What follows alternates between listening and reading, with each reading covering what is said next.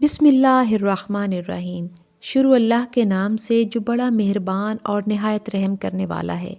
حضرت صالح علیہ السلام نے حکم الہی کے مطابق اہل سمود کے درمیان یہ اعلان کر دیا تھا کہ تمہاری وادی کا پانی ایک روز میری اونٹنی پیے گی اور دوسرے دن تمہارے جانور سیراب ہوں گے۔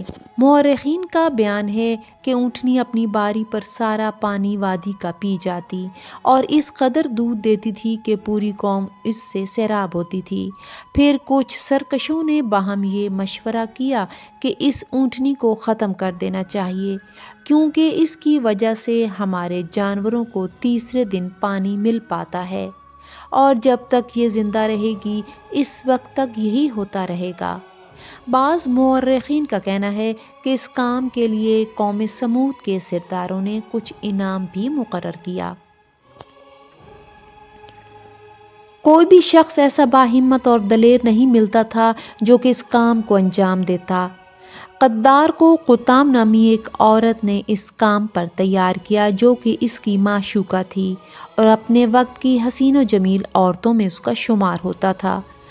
قدار نے اپنے ساتھیوں کی مدد سے اونٹنی پر اس وقت حملہ کیا جب وہ وادی سے پانی پی کر واپس آ رہی تھی۔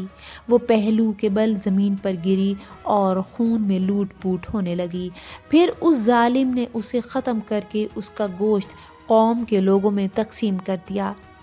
اونٹنی کے بچے نے جب اپنی ماں کا یہ حال دیکھا تو بھاگ کر پہاڑ پر چڑھ گیا اور آسمان کی طرف منہ اٹھا کر خدا سے فریاد و زاری کرنے لگا، جس کے نتیجے میں غیظ الہی جنبش میں آیا اور بذریعہ وحی حضرت صالح علیہ السلام کو حکم ہوا کہ اے صالح، ان ظالموں کو عذاب کی خبر دے دو اور ان سے کہہ دو کہ میری طرف سے انہیں توبہ کے لیے 3 دن کا موقع دیا جاتا ہے، ورنہ یہ لوگ عذاب میں مبتلا ہو جائیں گے، جس کی علامت یہ ہوگی کہ کل صبح تک ان کے چہرے زرد ہو جائیں گے، پھر دوسرے دن سرخ اور تیسرے دن سیاہ ہو جائیں گے۔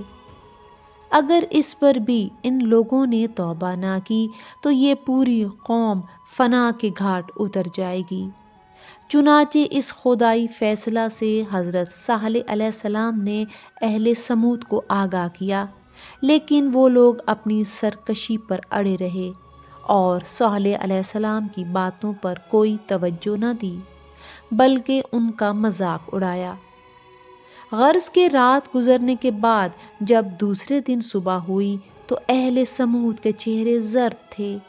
کچھ نے کہا کہ صالح کی بتائی ہوئی پہلی علامت ظاہر ہو چکی ہے، اب ہمیں کیا کرنا چاہیے؟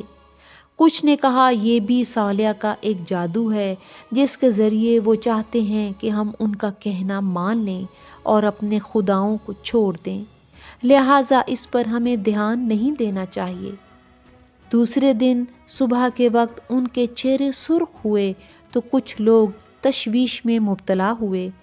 کچھ نے کہا ہم اس فریب میں مبتلا ہونے والے نہیں۔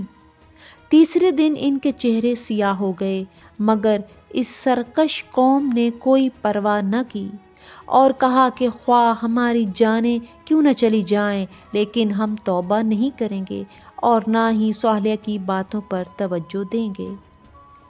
اب حجت تمام ہو چکی تھی، اس لیے خدا کی طرف سے عذاب میں کوئی تاخیر نہ تھی۔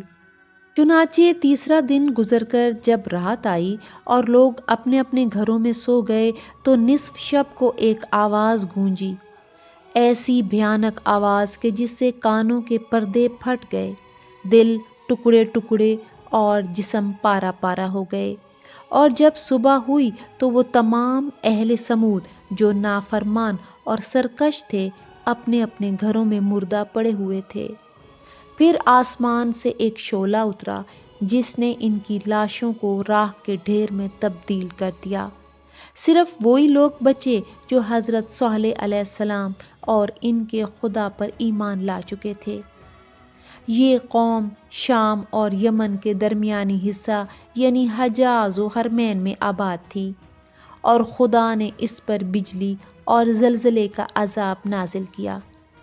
ویڈیوز پسند آنے پر لائک اور سبسکرائب کریں اور بیل آئیکن کے بٹن کو لازمی پریس کر دیں تاکہ آنے والی تمام ویڈیوز آپ کو وقت پر موصول ہوتی رہیں۔